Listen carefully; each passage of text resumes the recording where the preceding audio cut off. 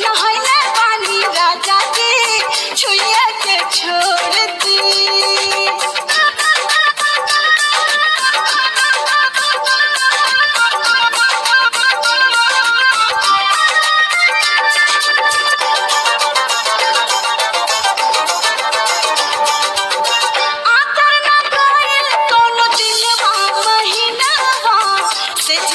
संगवा सुतवली सजनवा